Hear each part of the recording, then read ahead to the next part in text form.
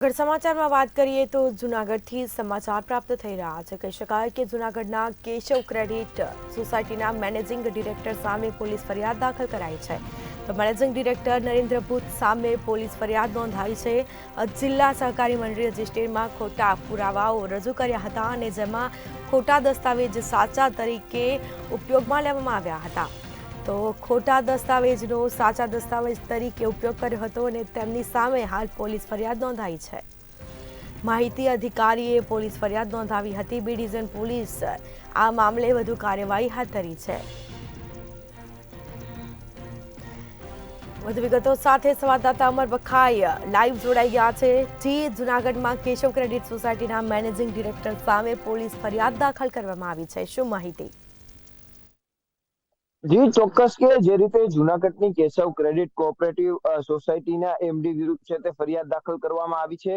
RTI activist દ્વારા આ જે કેશવ ક્રેડિટ કોઓપરેટિવ સોસાયટી છે તેની માહિતી છે તે માહિતી કચેરીમાં માંગવામાં આવી હતી। ત્યારે માહિતી અધિકારી દ્વારા આ કેશવ ક્રેડિટ કોઓપરેટિવ સોસાયટીના એમડી છે નરેન્દ્ર ભૂત તેમને જે વિગતો આપવા કહ્યું હતું અને જે આરટીઆઈ એક્ટિવિસ્ટનું નામ પણ તેમાં ઉલ્લેખ કરવામાં આવ્યો હતો। ત્યારે ખોટા જે પુરાવા દસ્તાવેજો છે તે Keshav credit cooperative managing director Narendra ભૂત દ્વારા એવો જવાબ આપવામાં આવ્યો હતો માહિતી અધિકારીને અને એક પત્ર પણ તેમાં સામેલ કરવામાં આવ્યો હતો કે આ જે આરટીઆઈ એક્ટિવિસ્ટ છે તેને રાજ્ય સરકાર દ્વારા બ્લેકલિસ્ટ કરવામાં આવ્યું છે જેથી તેને કોઈ માહિતી ન આપી।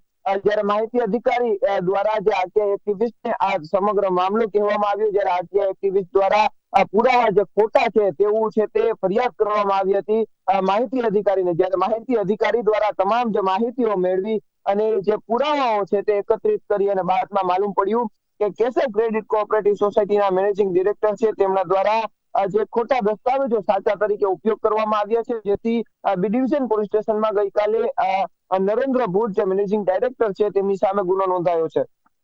આરટીઆઈ એક્ટિવિસ્ટ દ્વારા કેશવ ક્રેડિટ કોઓપરેટિવ સોસાયટી છે તેની પાસેથી અમુક માહિતીઓ માંગવામાં આવી હતી, જેમાં ઓડિટ તથા કેટલી નકલો તથા અરજીઓની તમામ નકલો પોલીસ દ્વારા અભિપ્રાય માંગ્યો હતો।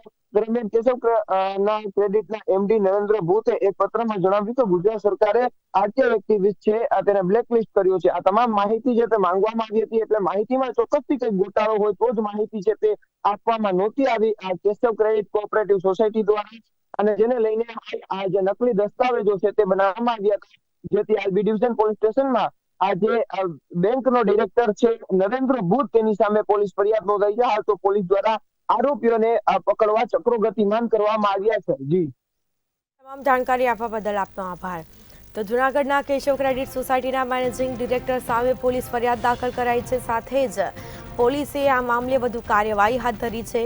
ખોટા દસ્તાવેજ સાચા તરીકે દસ્તાવેજનો ઉપયોગ કરવામાં આવ્યો હતો અને જેને લઈને માહિતીના જે અધિકારી છે તેમણે પોલીસ ફરિયાદ નોંધાવી હતી। તો કેશવ ક્રેડિટ સોસાયટીના મેનેજિંગ ડિરેક્ટર સામે પોલીસ ફરિયાદ દાખલ કરાઈ છે।